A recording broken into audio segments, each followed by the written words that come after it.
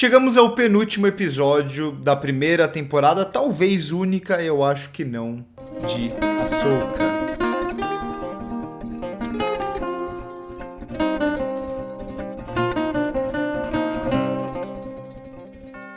Sétimo episódio de Ahsoka já está entre nós, um episódio mais curto do que a maioria até da temporada, né? Um episódio ali de uns 37, 38 minutos. Teve episódio mais curto que isso, mas é um dos mais curtos, que é basicamente... O episódio passado foi um pouco isso, mas esse é mais, né? É um episódio daqueles de posicionamento, né? De posicionar as peças. Eu falei isso no episódio passado, vai parecer repetitivo, mas lá ainda tinha mais questões, né? A gente tinha a aparição do Thrawn, por exemplo, a gente tinha um pouco da visão e do plano do Thrawn, muita coisa, né? Aparecendo per ideia, a gente entendendo muito mais aquele lugar, encontro a Sabine com Ezra e tudo mais.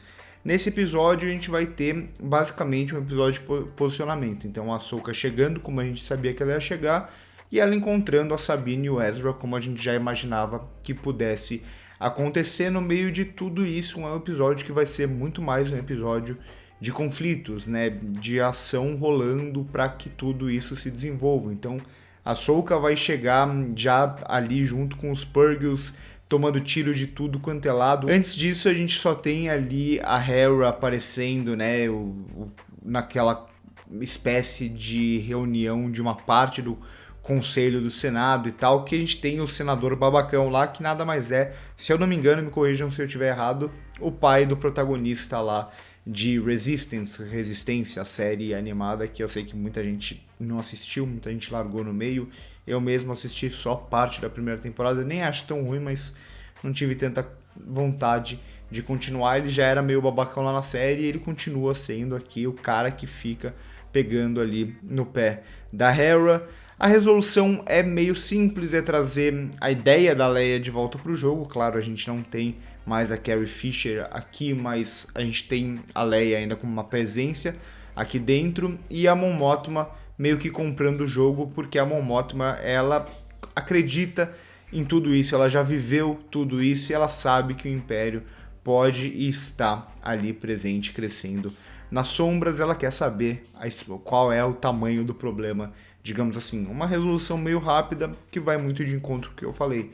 A gente posiciona aqui a Hera, a gente posiciona a Mon Mothma, a gente posiciona ali esse arco mais voltado para Coruscant dentro dessa lógica total, mas é algo muito pequeno perto do que a gente vai ver em todo o episódio e perto do que é o real foco da série, digamos assim. Então, retornando ali para a Perideia, a gente vai ter, como eu disse, mais esses conflitos acontecendo até que haja esse encontro entre Ahsoka, Ezra e Sabine, e do outro lado a gente vai ver o Thrawn como a gente está acostumado a ver, né? Esse personagem que é o articulador, o personagem que sempre está criando uma estratégia e sempre está um passo à frente dos seus oponentes. A gente viu isso, tem nos livros, tem em todos os lugares que ele aparece, no cânone e antes do cânone, mas principalmente em Rebels a gente viu muito desse personagem. Então, como ele está criando esse jogo, ele sabe que a Ahsoka vai chegar, mas ele quer que esses personagens estejam longe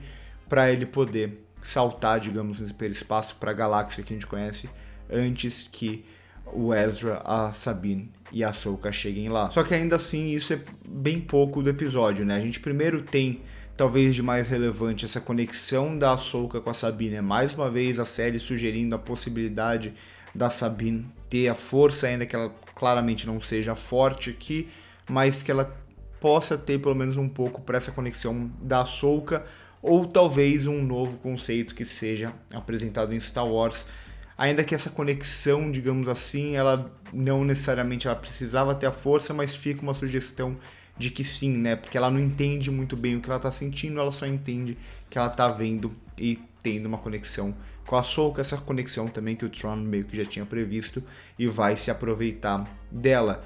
Eu gosto, relacionando isso com a Sabine, como a Sabine ela luta, e isso durante toda a temporada, eu já falei muito do lance dela sempre, primeiro se usar das armas mandalorianas e o sabre de luz ser sempre o último artifício dela, mas mais do que isso, eu gosto de como a Sabine ela luta como uma mandaloriana, mas como alguém que é totalmente imperfeita aqui, né? Ela é muito badass e tudo mais, mas ela não é uma personagem que não vai tomar um tiro, por exemplo. Ela toma tiro o tempo inteiro aqui, ela vai se usar da armadura, porque é assim também como os Mandalorianos lutam. Ela apanha, ela bate, então eu acho muito legal como a Sabine, ela aparece aqui. Ela é alguém em treinamento, a série deixa isso muito claro o tempo inteiro, e isso vai se refletir muito no que a gente vê nos combates, né? Já a Ahsoka já volta de uma forma, digamos, não diferente, mas ela ainda mais dona de si, mais consciente, mais tranquila da posição dela, né? E aqui vestida toda de branco e tal, que é muito legal, lutando mais uma vez com o Baylan e não se importando muito com o resultado da luta. Fica ali meio perdido, né? O Baylan, ele continua esse cara meio enigmático, aqui meio enigmático até pro Thrawn, até pra Morgan e por aí vai. Então ele é um personagem que ele busca algo muito mais pessoal do que essa visão toda de todos esses personagens que vem se construindo. E isso fica muito claro aqui mais uma vez, a ponto de ele parecer até que ele abandona ali a Shin, que fica nesse meio. A Shin, ela tá com cara da personagem que vira de lado em algum momento, né? Ela meio que parece que ela não sabe direito o que ela tá fazendo, por que ela tá fazendo, e aqui ela parece abandonada, e a Ahsoka parece ter sentido isso. E no meio de tudo isso a gente vai ter também o Ezra aqui. Eu gosto disso, né? Eu acho que os fãs sempre esperam que o Ezra vai pegar o sabre de luz dele e lutar e tudo mais, mas a gente tem que sempre lembrar o contexto que esses personagens estão, né? O Ezra, ele tá aqui quase 10 anos nesse lugar sem saber o que é sabre de luz, tendo que sobreviver, só que ainda com uma conexão muito forte com a força. Eu fiquei com receio de que eles fossem meio que pelo aquele caminho da série do Obi-Wan, né, dele não estar se conectando com a força. Não, aqui a gente vê que ele tá forte, digamos assim, com a força, só que ele meio que molda esse uso da força para aquele contexto que ele tá inserido em todo esse tempo. Então, desde a conexão que ele tem com esses seres, isso é muito em Star Wars, né, de como tá tendo combate, mas ao mesmo tempo tem esses cortes para esses personagens mais fofinhos lutando do jeito que eles podem e tal, e o Ezra, ele vai ter tanto essa conexão com esses seres. Eu gostei muito também de todo o visual, né, de como eles usam esses transportes deles para se defenderem, assim como o corpo deles, eles usam essa casca para se defenderem, isso é muito legal. Mas o Ezra, ele vai usar a força muito mais nesse sentido, né, quase como ele pôde treinar, digamos assim, como ele conviveu com a força esse tempo todo que ele ficou afastado nesse lugar. Então eu gosto, talvez, e provavelmente em algum momento ele deva pegar o sabre de luz de volta e tudo mais, mas eu gosto que nesse primeiro momento ele não vai por esse caminho, ele não vai pelo caminho Jedi, digamos assim, ele não vai por aquele treinamento que ele teve, ele vai por isso que ele deve estar vivendo durante todo esse tempo. Além disso, eu esqueci de citar antes, né, a gente tem aqui uma gravação do Anakin, desse treinamento da Ahsoka. É interessante que a Ahsoka, ela continua treinando, ela nunca deixa de treinar, mas é quase que a série criando uma despedida também, né, ela falando, esse foi a última das gravações que ela me deixou. É quase que uma série falando, o Anakin não vai aparecer mais. Essa foi a última vez, pelo menos é como eu interpreto esse lance das gravações.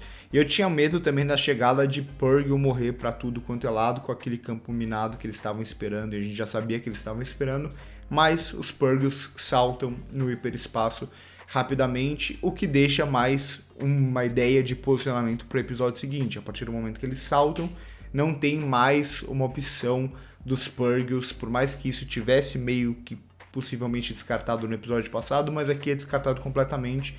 Então a única forma dos heróis, digamos assim, voltarem para a galáxia que a gente conhece seria junto com aquele anel que a Morgan lá construiu e que o Thrawn provavelmente vai tentar saltar com o seu grande Star Destroyer. Então acho que a lógica é meio que essa, né? É meio que uma corrida contra o tempo agora nesse último episódio.